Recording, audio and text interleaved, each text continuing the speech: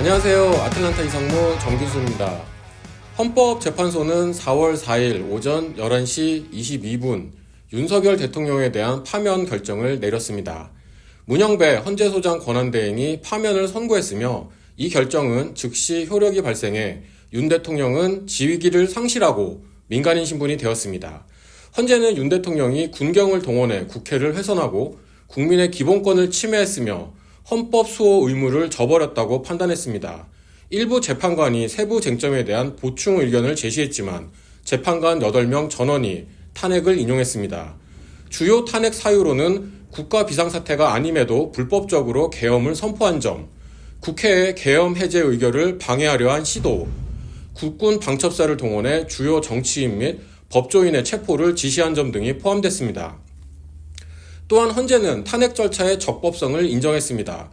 국회의 탄핵소추 절차에는 문제가 없으며 내란죄 철회 논란도 탄핵 사유 변경으로 볼 수 없다고 판단했습니다. 이번 탄핵 결정은 12.3 비상계엄 선포 후 123일 만에 내려졌으며 탄핵 소추안 접수 후 111일 만에 최종 선고가 이루어졌습니다. 헌재는 현직 대통령 파면으로 인한 국익의 손실보다는 대통령의 계엄을 통한 피해가 더 크다고 말했습니다. 그러면서도 대통령 측과 국회 측 양측의 잘못에 대해서도 냉정하게 말하기도 했습니다. 탄핵을 찬성하셨든 반대하셨든 이제 결론이 난 만큼 서로를 존중하고 화합하는 자세가 필요한 시점입니다. 고국 대한민국이 빨리 하나로 화합하길 바라며 이곳 아틀란타 동포사회도 하나로 화합하길 희망합니다. 오늘도 아틀란타 이상무, 조지아 및 아틀란타의 다양한 소식 전해드리도록 하겠습니다. 윤석열 대통령이 헌법재판소의 판결로 파면되면서 해외 주요 언론들도 이 소식을 긴급히 보도했습니다. 로이터 통신은 윤 대통령이 헌법을 위반해 계엄령을 선포한 것이 탄핵의 주요 사유였으며 헌재가 만장일치로 탄핵을 인용했다고 전했습니다. 또한 60일 이내에 새 대통령 선거가 열릴 예정이라고 보도했습니다. 영국 가디언은 이번 탄핵이 한국 민주주의의 중요한 순간이라고 평가하며 2017년 박근혜 전 대통령 이후 두 번째로 대통령이 파면된 사례라고 강조했습니다. AP통신은 윤 대통령의 탄핵이 한국 정치에 큰 혼란을 초래할 것으로 전망했습니다. 한덕수 총리가 임시로 대통령 직무를 수행하며 빠른 시일 내로 새로운 선거가 치러질 것이라고 보도했습니다. 월스트리트 저널은 윤 대통령의 파면으로 한국이 새로운 정치적 국면에 접어들었으며 신임 대통령이 무역, 대미관계, 북한 문제 등 여러 과제를 해결해야 할 것이라고 분석했습니다. BBC는 이번 탄핵이 한국 현대사에서 중요한 사건이라고 평가하며 윤 대통령 취임 이후 겪어온 정치적 위기와 탄핵 배경을 상세히 전했습니다. 해외 언론들은 이번 사태가 한국의 민주주의와 정치적 안정을 어떻게 변화시킬지 주목했습니다. 아틀란타의 제1로펌이 새롭게 오픈했습니다. 교통사고 및 개인상해 전문 로펌. 미국 소송변호사협회에서 40세 미만 상위 40위에 선정된 능력 있는 제1로펌. 사진 보이시죠? 이렇게 경미한 데미지로 10만 불 승소하셨다는 게 믿기지 않습니다. 그것도 불과 4개월 만에 이겼다고 하는데요. 믿고 맡길 수 있는 제1로펌 470-549-7777 제1로펌. 미 국무부는 4일 윤석열 대통령에 대한 헌법재판소의 탄핵 인용 결정과 관련해 미국은 한국의 민주적 제도와 법적 절차 그리고 헌재의 결정을 존중한다라고 밝혔습니다.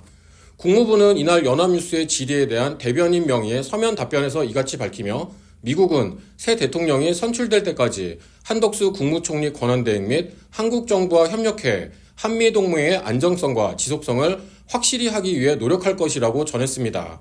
이어 미국은 양국의 안보와 번영을 위한 긴밀한 협력의 미래를 기대한다라면서 한미동맹의 지속적인 힘과 대한민국 방위에 대한 공약을 재확인한다라고 강조했습니다. 안과와 안경원이 함께 있는 보다 아이케어에서 안구건조증 치료를 합니다. IPL 시술 선착순 80분은 1년 무료 회원권을 받으실 수 있습니다. 안과 전문의 권소미 원장이 직접 진료하는 보다 아이케어에서 여러분의 소중한 눈 보호하세요. 678-990-2020 보다 아이케어. 아틀란타 한인동포사회 동정입니다. 오는 17일부터 20일까지 열리는 세계 한인 비즈니스 대회에서 통역 봉사자를 모집합니다. 봉사자에게는 하루 $200에서 $300의 일당이 지급됩니다. 자세한 문의는 전화 770-843 1647 또는 카카오톡 아이디 WKBC 아틀란타로 가능합니다.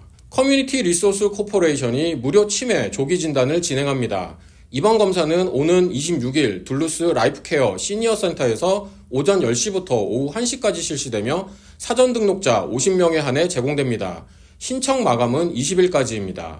오는 26일 피치트리 리치 공원에서 오카리나 선교 후원 콘서트가 열립니다. 이번 콘서트는 숲속의 음악화 컨셉트로 다양한 음악을 선보일 예정입니다. 재미과학기술자협회가 온라인 드론 캠프를 개최합니다. 참가 대상은 6학년부터 11학년까지며 신청 마감은 7일까지입니다. 신청은 웹사이트 idrone.ksea.org에서 가능합니다. 또한 협회는 과학기술 전문인 경력개발 워크숍을 오는 8월 5일 아틀란타에서 개최한다고 밝혔습니다.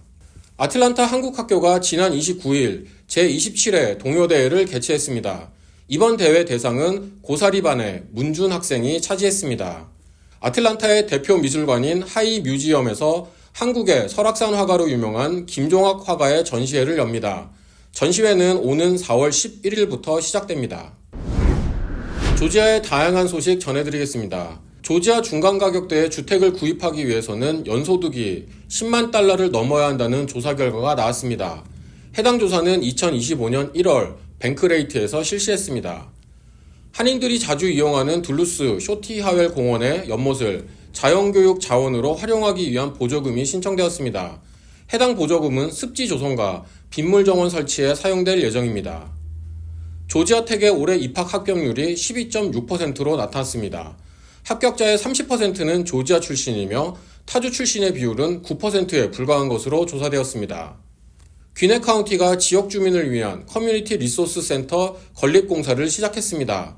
센터는 2026년 완공될 예정입니다. 메트로 아틀란타에서 주택 임대료 폭등을 막기 위한 대형 투자 펀드 규제 법안이 발의됐지만 결국 표결조차 진행되지 못했습니다. 조지아 내에서 귀네 카운티가 투자주택이 가장 많은 지역으로 꼽혔습니다. 캐나다 정부가 아틀란타 곳곳에 반관세 광고를 내걸고 있습니다. 이는 미국 정부의 캐나다산 수입품에 대한 25% 관세 부과에 대한 대응 조치로 풀이됩니다. 연방 농무부 조사에 따르면 조지아 내 여성 농업인과 여성 소유 농장의 비율은 전국 평균보다 약간 낮지만 증가 속도는 전국 평균을 웃도는 것으로 나타났습니다.